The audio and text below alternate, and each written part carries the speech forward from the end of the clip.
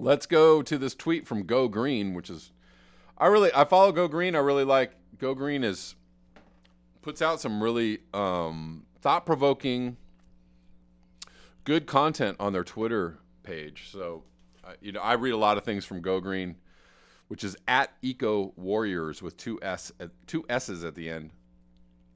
Warriors is. When wealth inequality is increasing and the spaces where humans can live comfortably are shrinking, the heat gap between the rich and poor might be the world's most daunting challenge. And this is from the Atlantic. Let's look at this.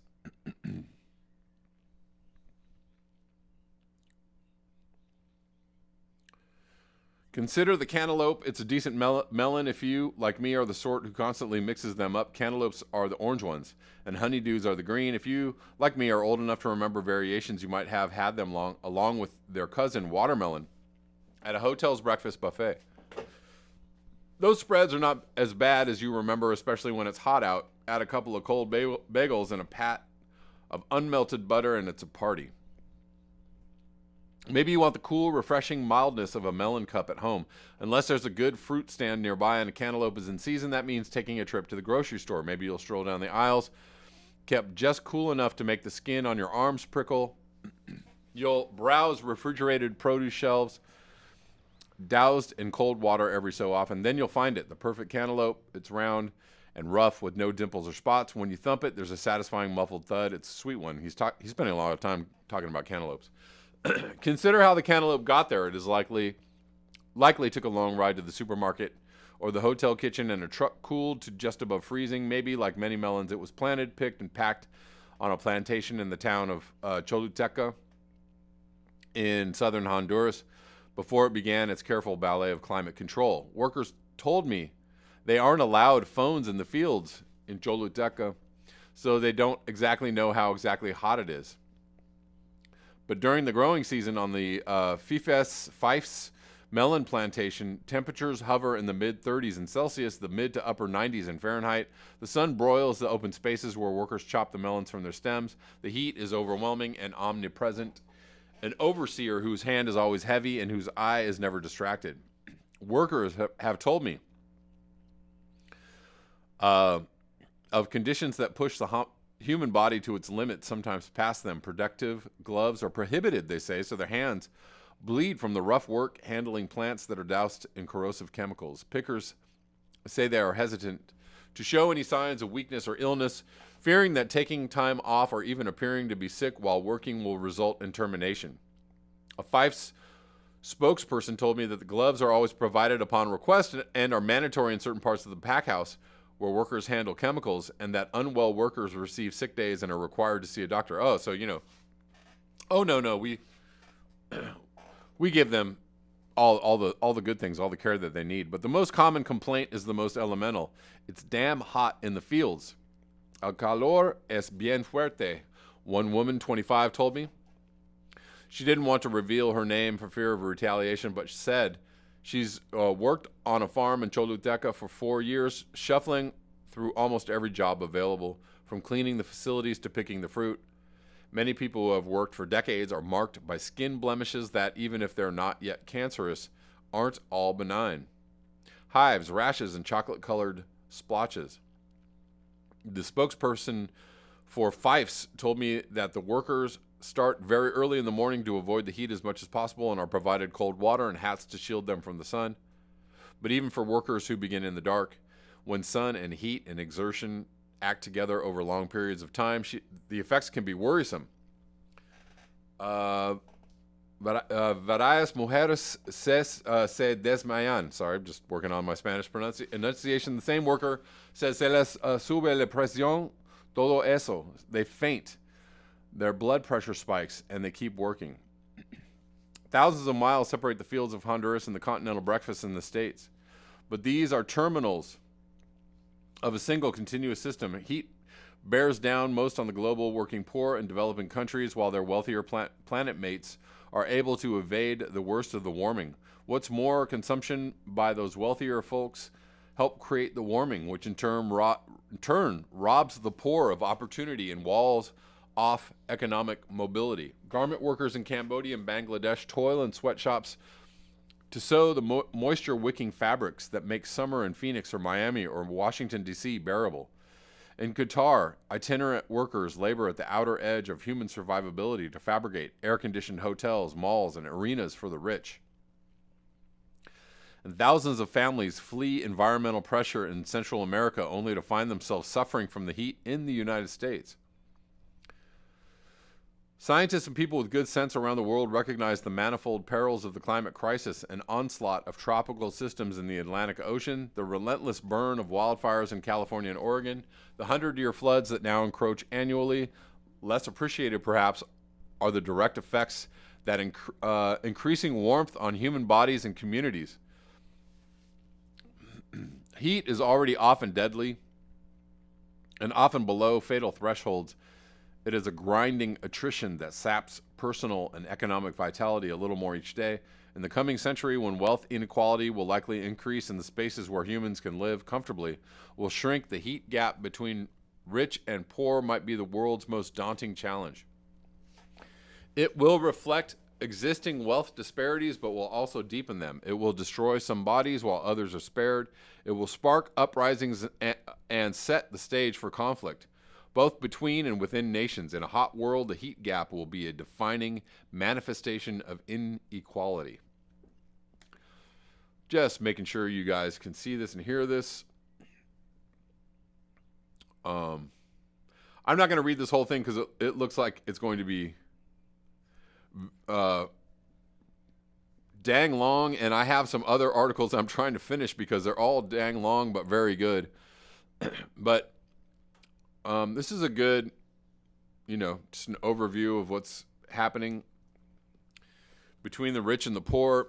As climate change progresses, these differences, this wealth gap, will become more stark and more deadly. I saw a really good comment the other day that said something like, it was about coronavirus, but will also be true of climate change.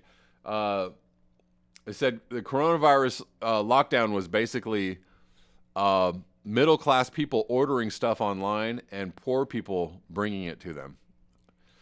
I was like, yikes, that's exactly what it was. 1 billion people work in agriculture performing the same kind of labor as the melon pickers in Choluteca.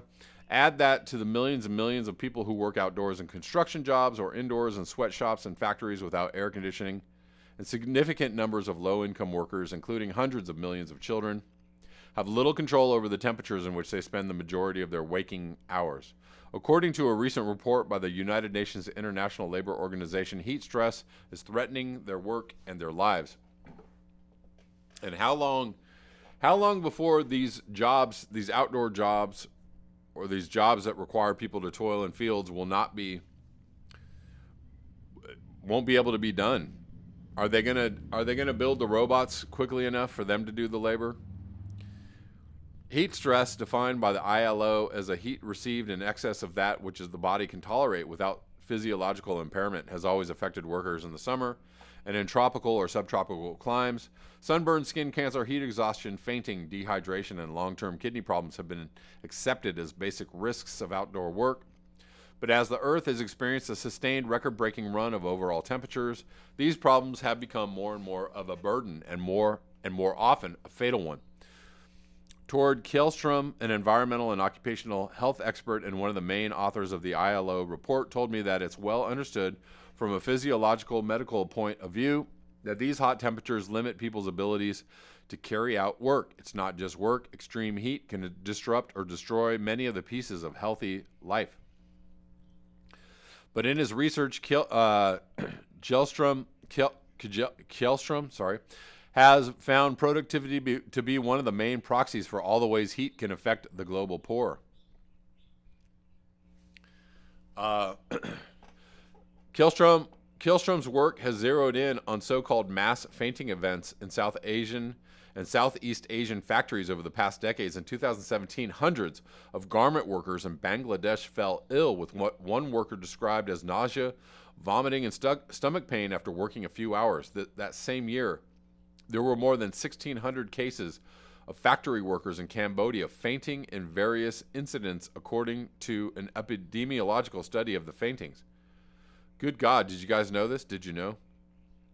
Over and over, these incidents have been described as mysterious, quote unquote. Okay. One common explanation is possession by spirits. Good God. The usual official line is that mass fainting among a mostly female workforce is caused by, quote unquote, hysteria of an inexplicable gendered extraction. Jesus. A secret report by officials in Cambodia after 2 such mass faintings events found its way to Kjellstrom. The report was quite long, and half of it was about the heat problems, he told me. And still, at the end, they concluded that it was hysteria.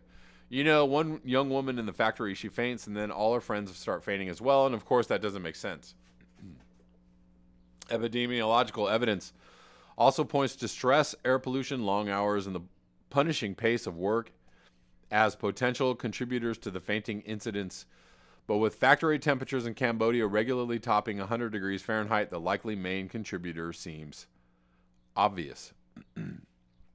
Other places have caught Kjellstrom's eye as well in Qatar, where the stadiums the Emirate is scrambling to build for the 2022 World Cup require lots and lots of outdoor labor. Heart disease deaths among workers have spiked during the summer months. Chronic kidney disease has swept Central America. I've read many articles about that in the last couple of years. Again, the etiology of the epidemic has been described as mysterious. Similar waves of kidney disease have been observed in India and Sri Lanka. I wonder why. Scientists have tended toward a kitchen sink explanation, identifying genetics, diet, pollution, and age as contributors to the... Okay, so yeah, believe science, right, guys? When scientists want to just, you know, talk about all these factors, you know, it's just a lot of factors we don't know, right? So scientists basically probably ignoring the obvious causes and or contributions of heat or temperatures to these events, getting all scientific on you and like, yeah, you know, genetics, diet, pollution, age. I mean, there's so many things, but a common factor in each outbreak, and the one that has increased most dramatically in recent years, is the heat. And I'm going to leave it right there, guys, because I have other things I want to cover, and I don't want to get stuck reading this article for the whole live long day. Guys, we have 114 watching, 50 likes. Please like up the video. And I'm going to ask you specifically today, all my viewers and all my subscribers, to make sure that you are still subscribed. Please subscribe if you are not subscribed. And go ahead and get some other people to come subscribe. Let's do a little subscriber push today. Can we do that? Can we do that, guys? Let's get over the hump of the next 100 so I can get to 3,000 viewers finally. Because, you know, YouTube just is really, really mad about me getting to 3,000. Oh, my God, we can't let anybody know that anybody's watching this channel. Because, you know, that would be bad for business. Moving on. Zach Labe. Record high temperatures for what? For the Arctic over the last 6 months. And here we are here in 2020. See if he has any. This was not a standalone tweet. So generally doesn't do. Where is this tweet? Here it is. Oh, maybe it is. Maybe it is. Maybe it is standalone. I retract my statement.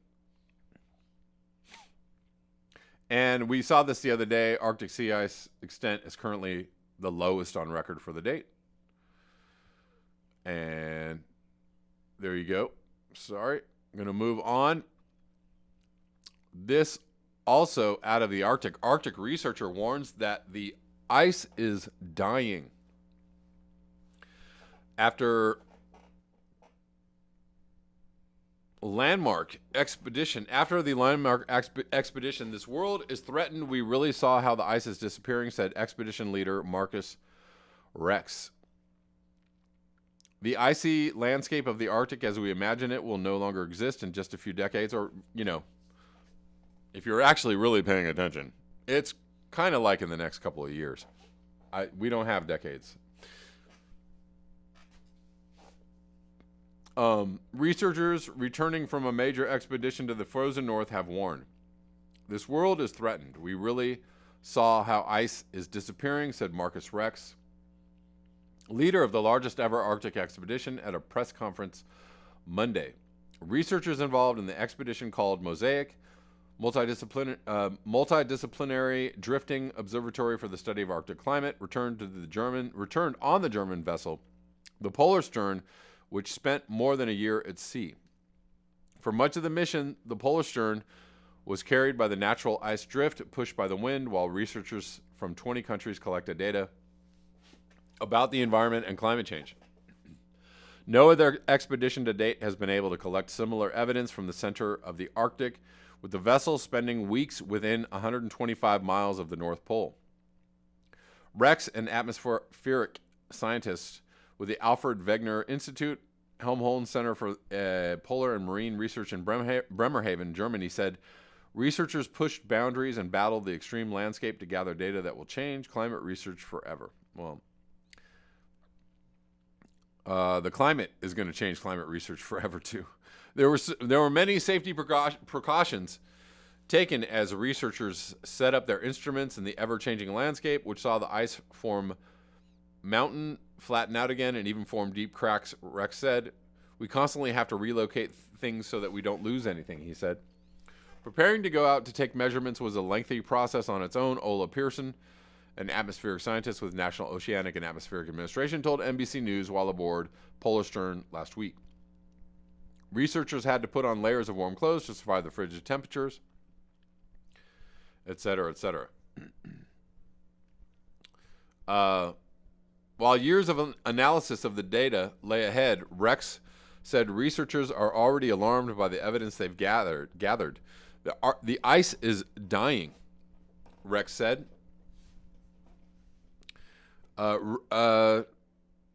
If we keep going as we are, then the Arctic will be ice-free in summer within a few decades. So Rex is actually bullshitting you a little bit here. We don't have a few decades. And the world I just described will no longer exist. So, yeah.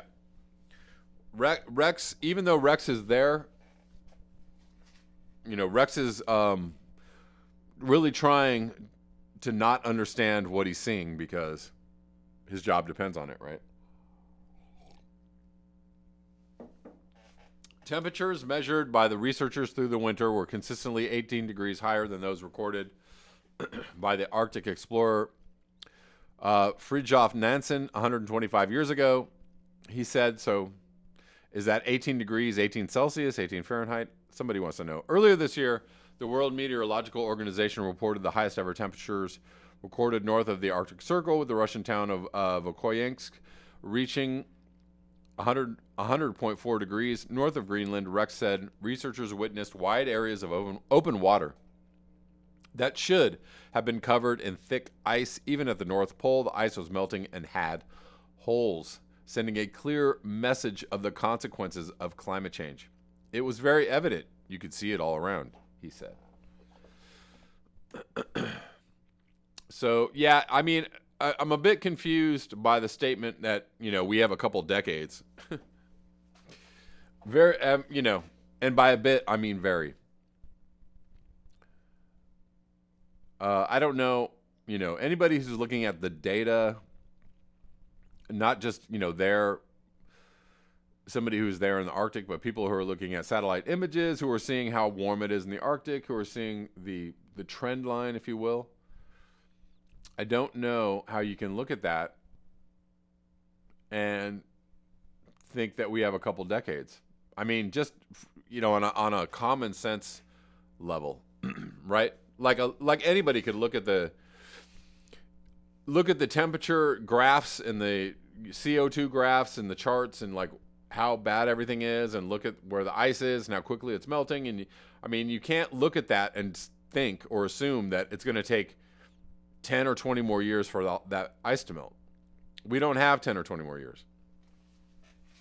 Damn it. See, I'm being a YouTuber, right?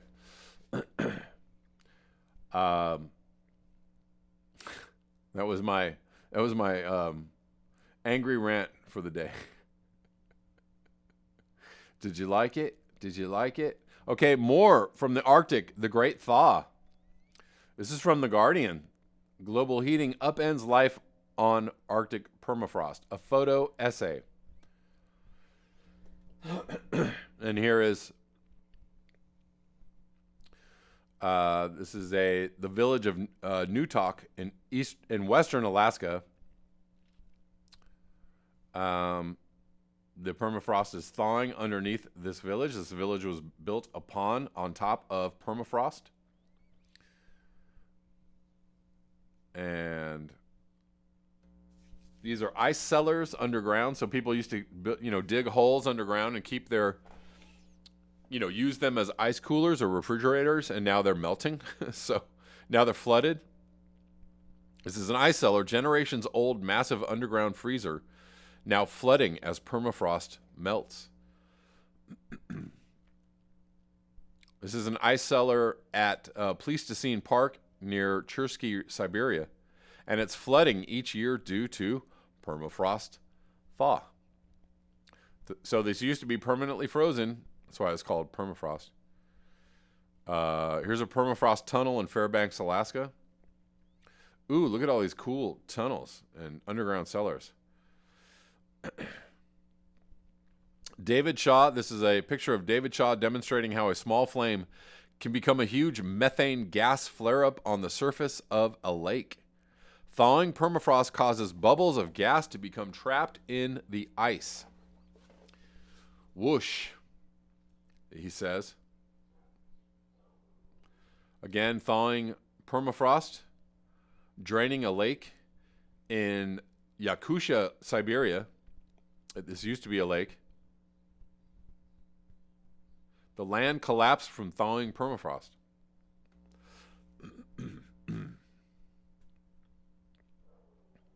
Sergei Zimov, a scientist, digs up mammoth and bison bones at Duvani Yar, a permafrost megaslump or thermokarst depression. So they're able to dig up these things as the permafrost thaws. This is a crater in Siberia, in the town of Batagay, Russia, called the Hell Crater, or Gateway to the Underworld. Excuse me.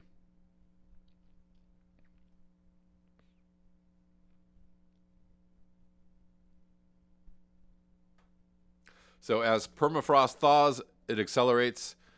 The accelerating permafrost thaw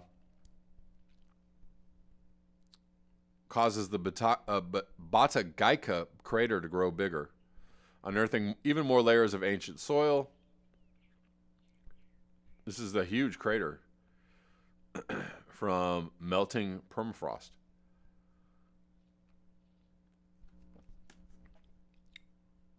There you go.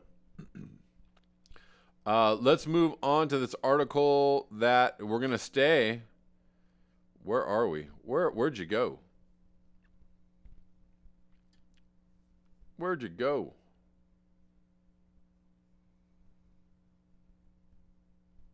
Oh, here we go. This was tweeted out by Paul Beckwith.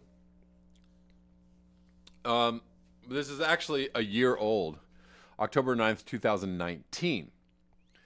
So this is a year old news. This is truly terrifying. Scientists studying underwater permafrost thaw find area of the Arctic Ocean boiling with methane bubbles. The lead researcher said this is the most powerful methane seep he has ever seen. No one has ever recorded anything similar. And of course, because the Arctic is warming, hasn't cooled. It continues to warm. Obviously, these methane seeps are going to continue.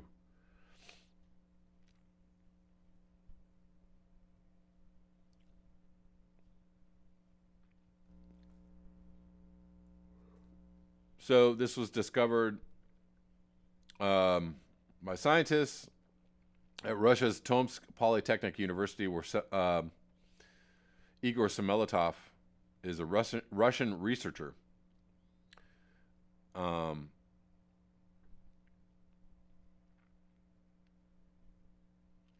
there you go. Experts are increasingly concerned about the consequences of thawing permafrost that is located beneath land and water in the planet's coldest region. Last week, the Washington Post reported on stunning and dramatic scenes from a region of eastern Siberia where sections of many older wooden buildings already sagged toward the ground, rendered uninhabitable by the unevenly thawing earth, and rivers are rising and running faster. So yes, as the permafrost thaws underwater and on above ground as well, it's going to release methane, CO2, and all kinds of whoop-ass on anybody that's close by. Alham says, swim the Arctic. Basil Peterson, we boil water to make electricity. Yes, we do. Yes, we do. All right, let's move on. I want to finish this couple articles. I think I can finish these 2 articles I've been reading today, guys.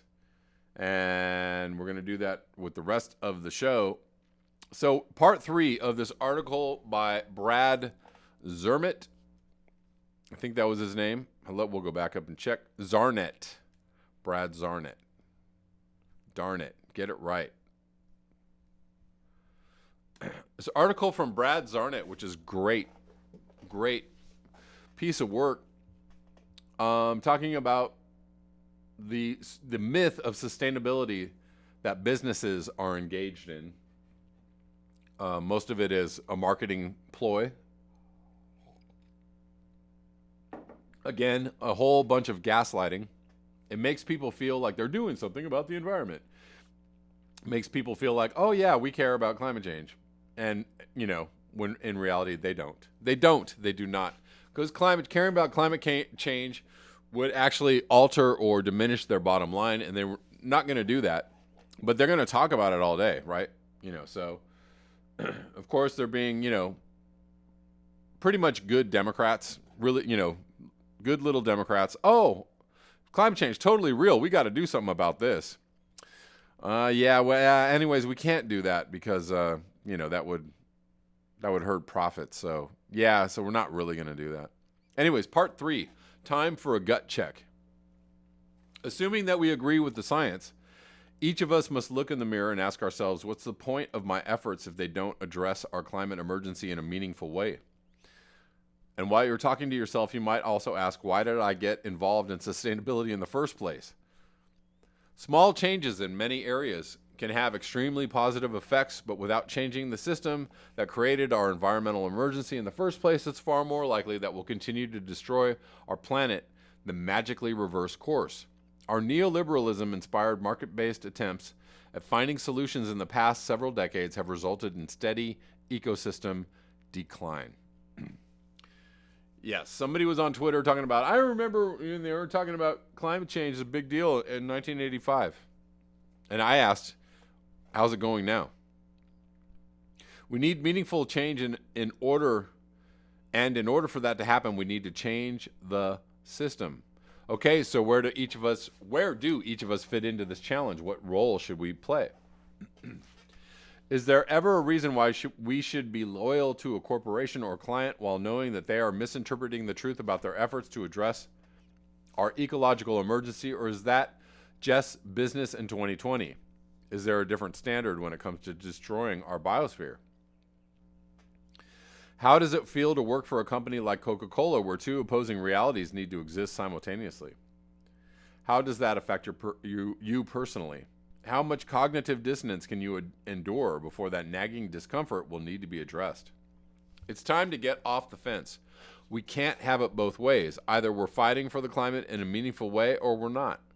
If you find yourself defending Coca-Cola or another corporation that is creating an alternative environmental reality, then it might be a good time to go back and sit with the questions asked above at the beginning of this section. It's decision time, and we all need to ask ourselves where we want to be on this issue, especially those of us who know better, those of us who respect the science. Fight of a generation, the generation that fought World War II to stop the spread of fascism. Fascism. Yeah, and then we hired all the guys from Germany. We brought them over and they started our OSS, our Secret Service. Thanks, fascism. So we could have some fascism too. Stop the spread of fascism was known as the greatest generation. They fought with bravery and stubborn determination to protect everything they cared about. And they fought against people that were funded by our oligarchs. How's that for dumb shit? Now imagine for a minute what the world would look like if they lost. What language would we be speaking? Who would be in charge? Would there be elections? Would we be slaves or would we be free? Sometimes in life, the stakes are so high that winning is the only option. It's 80 years later, and the current generation now finds itself in their own fight for survival. And the truth, I might add, this time the enemy is not a country. The fight is against the ruling elite who guard the plundering global economic system. Oh, it sounds like fascism has come home. Fascism are us. This time, we don't have to leave our homes to fight because, in a sense, we're already being occupied, not by another country, but by the rigged capitalist system itself. Every country on the planet is under its spell. God dang, that's good. I'm going to read that again. Every country on the planet is under its spell, and all but the 1% are victims of this occupation. Jesus Christ, that is beautiful writing, Brad. Look at the big brain on Brad. We need to think differently about the battle for a stable climate. We need to reframe the fight as a battle against an occupying force that is destroying us. We need to mobilize against corporate greed and corrupt politicians to protect our climate and everything that we care about. We need to think of ourselves as the resistance. Time to go all in. Imagine what we could do if I'm going to say the resistance as in the real resistance, not hashtag resistance. Time to go all in. Imagine what we could do if we combined our passions, skills, and connections and went all in to defeat the ultimate destroyer, predatory capitalism. What if we framed the challenge as a fight for our lives, where everyone had an important role to play? What if instead of squandering our energy and skills on positive efforts that help, corporations pretend that they're making meaningful changes?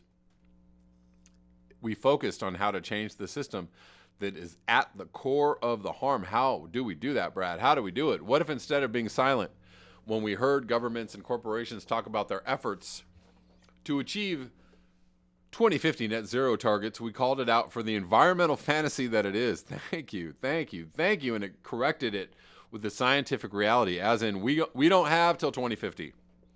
We got till 2030 at best. That is full optimism, 2030. Called it out for the environmental fantasy that it is and corrected it with the scientific reality. We have 10 years to decarbonize every aspect of our economy, transportation, manufacturing, energy production, agriculture, and our built environment. When FDR told the American people that it was time to fight the Germans and defeat fascism, he didn't say that they would get to it in 30 years. The timeline was now.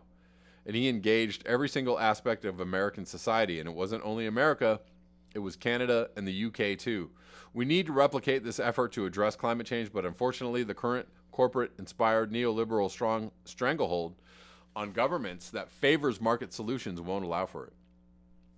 In an ideal world, all governments would already be on a war footing, ready to implement the largest and most complicated economic and social shift in the history of our planet. We have the technology and the solutions are sitting on the shelf. There's only one thing standing in our way: corporate greed and control, which has infiltrated every aspect of our capitalism-soaked lives, including, and most importantly, our government. So what can we do? We all have an urgent role to play. Firstly, we don't placate business. We complicate it. And we also don't placate corporate fascist parties that run our country. We don't placate them with our vote. We interfere with predatory capitalism from the inside and out. We interfere with it politically and logistically. We obstruct it and frustrate it. We gum up the system and slow it down. We complicate it and agitate it. Nice. If you need to keep our job, then you reveal the lies and deceptions from within covertly. We can all play a role, some big and some small, but everyone must work towards the same goal of bringing down the system that is destroying our planet. Secondly, we need to stop believing the lies of liberals or conservatives. Regardless of what they say as a group, they are beholden to the corporate class. Boom, boom, boom. Damn it. Just speaking the truth, and I really am loving it. We must vote for Green Party candidates who can launch a decarbonization, job protection, and climate justice plan. Mic drop. Time is not on our side. We are getting closer and closer. Oh, damn it.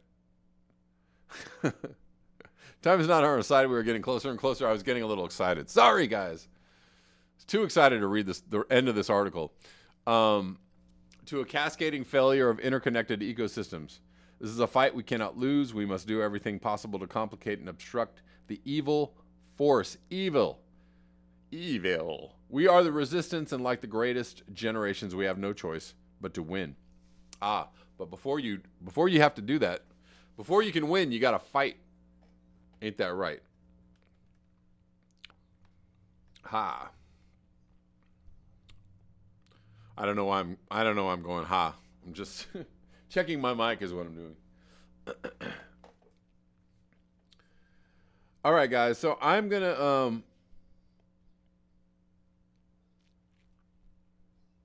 Jay Thadcast, this all revolves around property rights ownership. Keith Hayes, but you have to get by the utopianism and deal with the shitstorm as it is. I think that's what he was trying to say.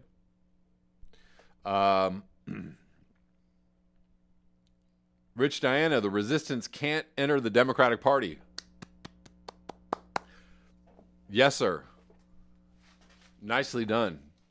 The resistance doesn't exist in the Democratic Party. It exists outside. They're not doing a whole lot of resisting there. Okay, I'm going to finish with this article on greenwashing by the Gray Zone. And we were reading about how Naomi Klein has seemed to she seemed to have given up on her progressive climate change stances and kind of taken up the mantle of, she's, fully corporately funded. By all these foundations and all these very wealthy people. Harvey Weinstein, famous, great feminist, Harvey Weinstein also helping out with the Rockefeller Foundation and Naomi Klein. Anyways, moving on, I had hoped to have a conversation with Klein, a former colleague at the Nation Institute, about her reflexive opposition to a documentary that advanced many of the same arguments that appeared in her past writings. Was the exclusive focus on carbon emissions by professional climate warriors not a blinkered approach that ignored the environmental damage inherent in producing still unproven renewable technology? Did clean tech tycoons not have a vested interest in advancing a global transition to the renewable products their companies manufactured? And when she had clearly articulated the problems with billionaire-backed Big Green advocacy, why had Klein cast her lot with a political network that seemed to epitomize it? My emails were met with an auto reply informing me Klein was off-grid. How nice. And referring me to her personal assistant. According to Fox, high-profile climate warriors like McKibben and Klein had no interest in speaking to me about their opposition to the film because it's like 4 months ago, man. Everyone's moved on. Oh, I see. We only talk about it when we want to talk about it. You see how that works. Seeing green in Biden. By August, members of the Professional Climate Advocacy Network that saw its interests threatened by Planet of the Humans was preparing for a much more elaborate on-screen production that promised new opportunities. In the weeks ahead of the Democratic National Convention, climate justice organizations like the Sunrise Movement 501c4, which emerged in the shadow of Senator Bernie Sanders' presidential run and condemned former Vice President Joseph Biden as a tool of the establishment suddenly changed their tune. Oh, why is this? Why is this? Flush with dark money from the Democratic Party aligned billionaires, Sunrise Movement co-founder Varshini Prakash stated on July 14th, the day Biden released his clean energy plan, "It's no secret that we've been critical of Vice President Biden's plan and commitments in the past. Today, he's responded to many of those criticisms, dramatically increasing the scale and urgency of investments. Our movement, alongside environmental justice communities and frontline workers, has taught Joe Biden to talk the talk." All right, well, at least he can do that. While it brands itself as a grassroots movement that has organized anti-establishment stunts, putting centrist figures like Democratic Senator Dianne Feinstein on the spot, the Sunrise Movement was incubated with a grant from the Sierra Club, the Mike Bloomberg-backed juggernaut of big green organizing. Today, offices of the two organizations are located a floor apart in the same building in downtown Washington, D.C. This is from Robbie Yeager, who I believe is also on Rockfin. Breaking, Sunrise Movement's PAC took $500,000 from one of the largest dark money groups in the country, the Democracy Alliance funded 1630 Fund. 1630 spent $11.5 million in June bankrolling pro-Biden super PACs like Priorities USA. Ahead of the DNC, the Biden campaign introduced a $2 trillion pledge to invest heavily in renewable technology to achieve a carbon pollution-free power sector by 2035. The plan promised to erect 500 million solar panels in the next 5 years alongside 60,000 new wind turbines.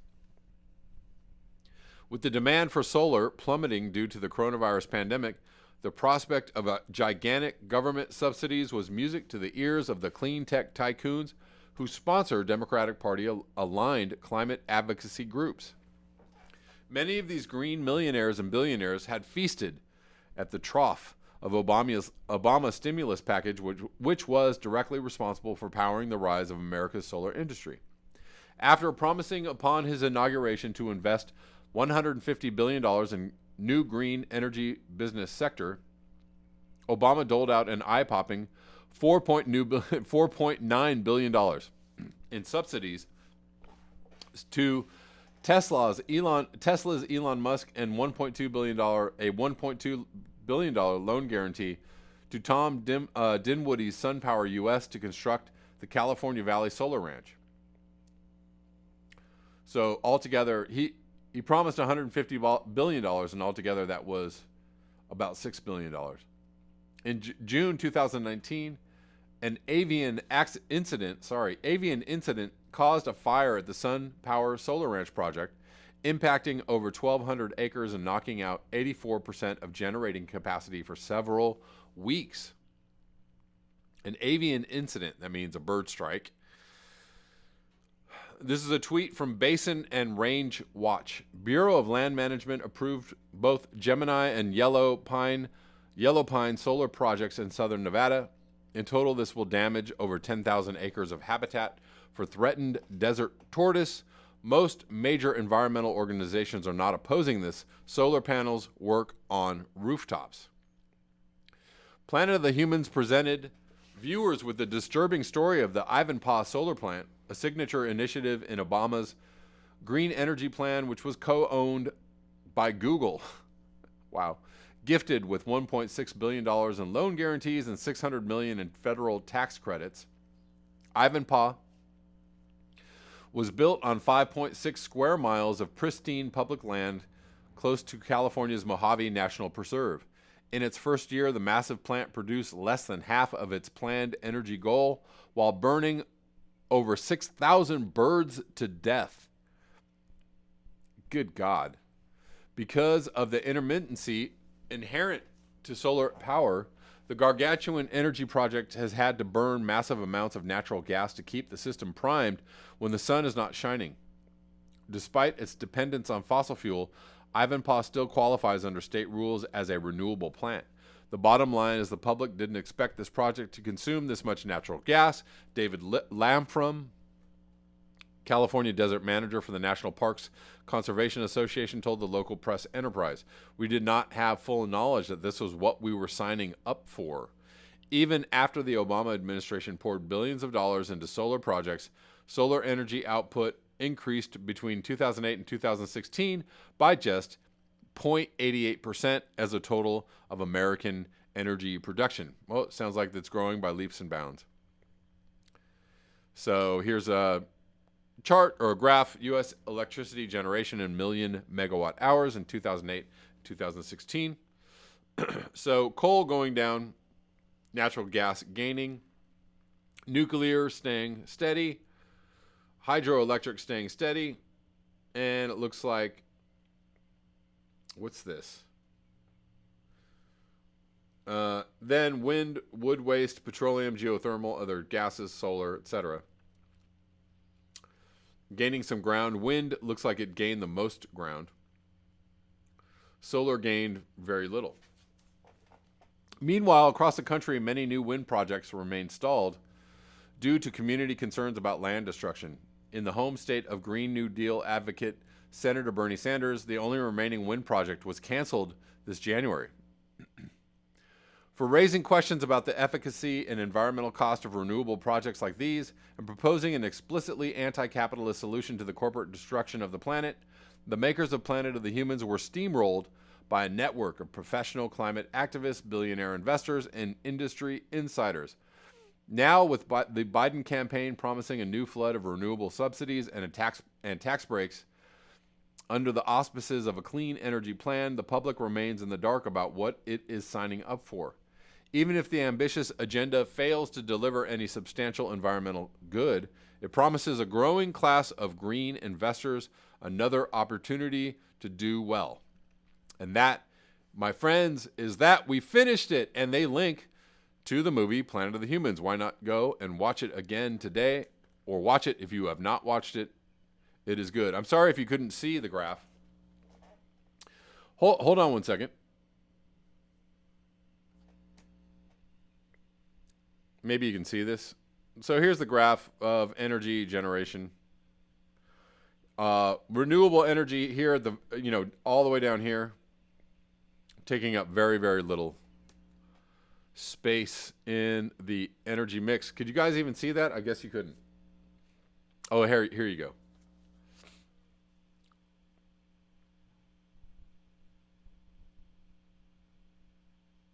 Ask the Animal says, I knew back then that these industrial renewable projects were destructive. Many were gaslit and greenlit. If we're gonna get all punny.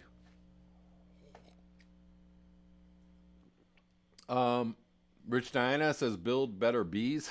Yes, build back better bees. Hey guys, remember to like, share, and subscribe, and you can support the channel. The links below, PayPal, Patreon, Square. Also, if you'd like to watch the live streams, you can watch the live streams on my Patreon channel. You can subscribe for as little as $1. So hopefully I will see you over there, and thanks so much.